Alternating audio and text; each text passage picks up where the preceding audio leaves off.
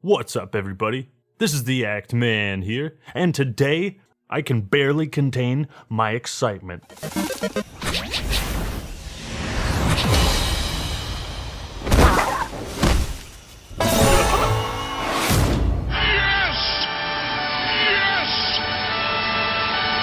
Good lord, I said I wasn't gonna cry. They did it. They fucking did it. E3 is complete. I can die happy. Life is good. Life is really good. It always is around the Electronic Entertainment Expo. It is incredible that after all this time, they put Banjo-Kazooie into Super Smash Bros. There will be a separate video on that, because I have waited so long for this moment, I need time to prepare something special. Now, I won't be able to cover and talk about every game and announcement. If I happen to miss your favorite, then another E3 event has come and gone. The dust is settling, and now the long night, the long wait begins. But who stole the show? What announcement, trailer, or gameplay reveal generated the most hype? And who's the biggest laughingstock of them all? You stupid. Well, let's take a look at our contenders. The winners and losers of E3 2019. EA Sports. It's in the game. EA started things off by not attending E3 and hosting their own expo called EA Play. EA Play only gives public access out to certain people, specifically those who pre-ordered over 1,000 loot boxes and got all 18 puzzle pieces. Star Wars Jedi Fallen. The game looks like it plays itself, honestly. I say that in the sense that running on walls and climbing doesn't require much attention or interaction from the player. Of course, they have the generic sidekick droid. Disney and EA can't get enough of that archetype, apparently. Although Force Unleashed kind of played itself in the early levels, so I won't judge it too harshly, but the game just looks hella easy. I mean, the Empire has really downgraded its tech too. Damn, how'd you make your blaster projectiles even slower? Or shoot slower, please! They must have cut benefits or pay too in the Empire, cause man, these guys are just not putting any effort into it anymore. I'll beat your goddamn ass, you son of a bitch! The writing seems decent, animation not bad, except this part in the new trailer. Hey! Who are you? Gotta also love how the spider looks like it's gonna go through the motion of ripping his head off and then it just doesn't. Guess he wasn't hungry. So, being set after Order 66 is a really cool idea. I'm excited to see what they do with that. Would be awesome to see this main character escape from the Jedi Temple as Anakin and the clone troopers are attacking it. That would be something we had never played through before. Regardless, this is unfortunately Electronic Arts we're talking about, so nothing is ever certain. They could shut down Respawn Entertainment like they did so many others. Look, and I know Star Wars has never had an M-rated game before, which is a fun fact that is actually quite remarkable, but come on, we had lightsaber amputation in the Episode 3 video game. We had it in Jedi Outcast, Jedi Academy. You need it here. It's missing something. It's a fucking lightsaber. It needs to feel like one. I mean, overall though, the demo really nails the spirit of a Star Wars adventure game, and I hope that they can keep that spirit alive when the game launches. We haven't had a legit single-player Star Wars experience in forever. Don't fuck this up, EA. Is this good for the player? So aside from Star Wars Jedi Fallen Order, EA also showed, what was that, Apex Legends Season 2? I still haven't played it. Let's see, something else that's interesting. Not a chance, no, goodbye. Shit, this went on for 3 hours? Tactical oof detected. EA, you guys are very underwhelming this year. But they could have done worse. They could have had Trevor Noah talking about FIFA superfan Trevor Noah. 2K. Jesus, that EA play left a taste of wet sand in my mouth. You know what E3 needs? Some of that 2K funk.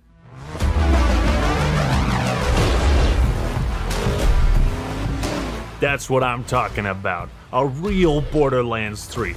None of this Borderlands 2.5 super duper prequel, Handsome Jack collection, bullshit titling. That signature cel-shaded animation with the comedic twist is back. I've been away from this series for a long time. It looks more batshit crazy than ever before. I've missed you, Claptrap old friend. I've missed you. But 2K could easily ruin this game with loot boxes. Borderlands to me feels like the last haven of the true looter shooter genre. Everything else seems to have been corrupted by DLC loot boxes and some form of pay-to-win bullshit. Be better than your competition, 2K, and I'll buy Borderlands 3 and all of its DLC.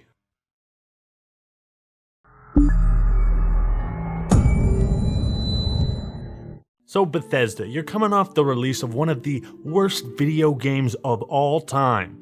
This is not a good look for you. I don't even know what's keeping Todd Howard together right now on stage. We have had an incredibly exciting year at Bethesda Game Studios. Given some of that excitement, impressed you're still here. How has he not collapsed under the tremendous amount of guilt and suffering that Fallout 76 has caused? And they fucking announced DLC for it. You know, I love to laugh at this game, yet I can't help but wonder if Bethesda can pull a No Man's Sky and turn this ship around. It's not gonna convince me, and I'm doubtful because Bethesda have been way more fucking sleazy than Hello Games ever was. My entire perception of Bethesda changed when Fallout 76 came out. Years and years of building a reputation tossed aside because they cared about money more than their fans. At this point, I trust them only slightly more than EA and Activision. Oh well, let's fast forward through this bullshit. Oh! They announced where the new Elder Scrolls game is taking place, and it's in Elsewhere? Wait. Nope. I'm over it. Don't care. It's for Elder Scrolls Online. Who gives a shit? Move on. I gotta say, I ain't a fan of MMORPGs, but even if I was, this cinematic trailer doesn't do shit to get me excited or even consider playing the game.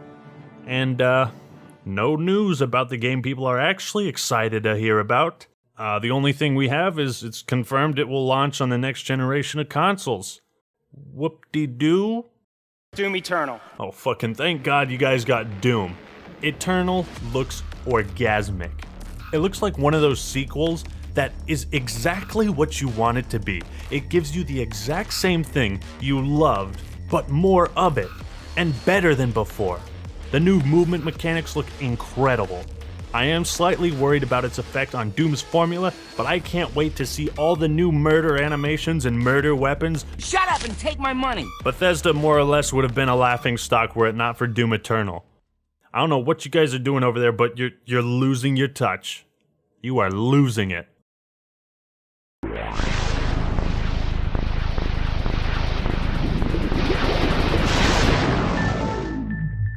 The next generation of Star Trek, their video game consoles, has officially been announced.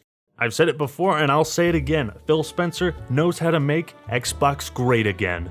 Cutting edge hardware and iconic game franchises. That's what I'm talking about. But what's this xCloud thing? Wasn't there a whole big deal made about that with the Xbox One? And then what the fuck happened there? Is this just more mumbo jumbo talk that doesn't mean anything? We heard you. A console should be designed and built and optimized for one thing and one thing only: television. For one thing and one thing only: gaming. Ironic. That's why it should have been called the Xbox One, because it should have had one focus. Xbox Scarlet will release in 2020, and naturally, Microsoft, being a software company, are once again obsessed with how powerful the console is and the specs. And that's all well and good, but without a hot lineup of exclusive games, some incredible features and hardware, it's going to be a tough sell. We will launch Project Scarlet with Halo. Well, shut my mouth. Halo Infinite is gonna be a launch title for Xbox Scarlet. Alright, you got me sold. Hey, boo, hip, hip. You didn't have any gameplay to show us, and, comes out in 2020? I'm sorry, I can't discuss this right now. Halo Infinite, you're getting your own video. Subscribe to the channel to stay updated. The way CD Projekt Red handles their business is so atypical in this industry that has strived to nickel and dime the hell out of gamers. They are so good at catering to the consumer that for me, I'm instantly down for whatever they make. Whatever they're coming out with, I'll buy it. Please welcome Keanu Reeves. Well, Xbox, you certainly surprised me. You brought Keanu Reeves up in this motherfucker, and he is looking fly as ever. I find it odd people were saying this was awkward and weird. I mean, a little bit, but who cares? That man is the one. He's a legend. And yes, he is breathtaking. The feeling of being there, of walking the streets of the future, is really going to be breathtaking. You're breathtaking. CD Projekt Red is gonna kill it once more, with their unique spin on the cyberpunk subgenre. Well, I say I'm an Xbox fanboy, but I don't know anything about Gears of War. So, this trailer, if you can even call it that, what the fuck was that? Huh? Anybody got an answer for me? Was this the edgy emo kids digital media project? Come on, man, you could do better than that. What are you even trying to convey with this trailer? Microsoft didn't really bring anything groundbreaking to the table. I know the Scarlet is a ways out, but even if they had some gameplay to show us for Infinite, I guarantee everyone would have looked at this conference way differently. People seem kinda mixed. I'm always leaning towards the Xbox fanboy spectrum, but I gotta say they had a chance to blow Sony out of the water this year, and they just didn't capitalize. How, you might ask? Well, it's because... And the aptly named Sir not appearing in this film. Have you seen this company? They went missing and haven't showed up for their E3 conference. Oh, that's right, they didn't host one this year because they wanted to find inventive opportunities to connect with their community. Okay. So as an Epic Gaming YouTuber, I stay pretty up to date on relevant gaming news, and even if I don't, you guys and gals will almost certainly tag me on Twitter, send me a DM, ask me a question on Discord, which incidentally, you should follow me on Twitter and join our public Discord server. But it seems they already released details on the PlayStation 5? That was like over a month ago? I mean, this is cool and all, not much to say about it other than it's going to be an obvious upgrade over the PS4. But they talked about that in May? I didn't hear a damn thing about it. Not one DM sent to me, not one tweet on my newsfeed, not one message on any of my social media platforms. How the hell does news this big fly so low under the radar? Sony's strategy of not appearing at E3 is a bizarre one. I don't see how they got any more exposure this way or what they thought the benefits of this decision were going to be. After they were consistently putting Microsoft in their place, after they would come out and announce exclusive after exclusive, now they just forfeit all their presence and opportunity to upstage them? Did they just not have anything ready? I have no idea what they were thinking.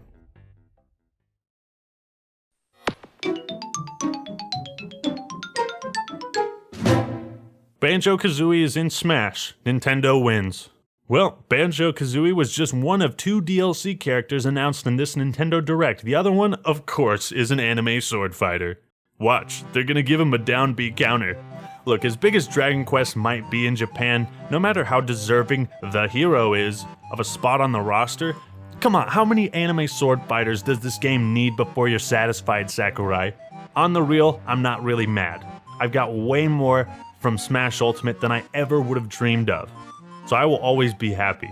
Alongside this, Nintendo also announced Dragon Quest IX, Echoes of an Elusive Age Definitive Edition, which is the most awful title to say with your mouth. I always love seeing my main man Luigi get his own game. Unfortunately, his last adventure, Dark Moon, was so pathetically easy, I beat the second main boss without taking damage and instantly put the game down, never picked it up again. The original on the GameCube is a masterpiece, so it's interesting how I got these 2 polar opposite levels of enjoyment between 1 and 2. Either way, Nintendo will need to make things more difficult if they want to keep me playing. The Link's Awakening remake, remastered, reboot looks pretty cool. I remember the original game being a blast, especially since it was portable. In any case, glad to see they are reimagining the game, though the graphics and art style seem kind of questionable to me. There's a new Fire Emblem game, a lot of anime stuff, Witcher 3, more anime, arguably the 2 worst Resident Evil games getting ported to Switch, anime, and oh yeah, new Pokemon games. Truth be told, I lost faith in Nintendo's ability to make unique, cool Pokemon when Black and White version came out. They made an ice cream cone with 3 evolutions, and I never forgave them for that. But Sun and Moon were great at reskinning my old favorites. I don't know, the starters here look super lame, and I'm not too confident in the sword and shield concept. The region looks pretty damn cool though. It feels very wide open. I'll probably get it. Who am I kidding? I love me some Animal Crossing cuteness. The games are just so chill. It's the type of thing that, even people who don't play video games could probably enjoy Animal Crossing. And the graphics here are damn good. For this type of cartoony game, I tell you, this reminds me of when Mario Galaxy first came out in 2007. I am looking forward to paying my taxes and bills in a video game while avoiding doing the same thing in real life. Oh yeah, and there's a sequel to Breath of the Wild. No biggie at all. Oh wow, I'm surprised they're announcing another Souls game so soon after Super One-Armed Ninja, the video game. Yes, I'm calling them Souls games for simplicity's sake. What, you want me to call them From Software games? Now screw that, not as creative. So what you got for us, Miyazaki? Some of your typical vague, what? George R.R. Martin is working on this? What's his involvement going to involve? Elden Ring is apparently going to be an open-world RPG, which is so far from the norm of what we expect from the Souls games. But the Souls series has always been open-worldy, just not fully open-world, like say Skyrim or Witcher 3. Apparently Miyazaki and From Software didn't actually think Georgie would agree to work on this game. But after Season 8 of Game of Thrones, I don't want it. And the 8-year gap between Dance of Dragons and Winds of Winter, I'm really not sure how I feel about this. I'm hella hyped and happy at the same time, yet I want George to finish his damn novels. Elden Ring looks just as vague in terms of storytelling as the other game trailers we've seen from Software in the past. Regardless, can't wait to see what this dynamic duo pulls out. Well, overall, E3 2019 was pretty good, entertaining at the very least. Not nearly as many games got me hyped and my wallet ready as they did last year. The best looking games and franchises, in no particular order to me, are Halo Infinite, with an asterisk, Cyberpunk 2077, Borderlands 3, Animal Crossing New Horizons, and Elden Ring. But the game I'm most hyped for, Doom Eternal. Out of every game I saw, this is the one where it looks like it's going to have literally everything I want and more. But overall, this year's winner of E3 goes to Nintendo, the clear victor, who came prepared with the most ammunition to fire off, while EA, Bethesda, and Sony were the biggest disappointments. That's right, that's right. Human NPCs are coming to Fallout 76. There were several surprises, disappointment, and excitement all around. I love this time of year where gamers unite to criticize and praise the upcoming games from the industry we all love. But which games are you looking forward to most? Which press conference was the worst and the best? Thank you all for watching. That's all I got for today. This is the Act Man signing out. Peace!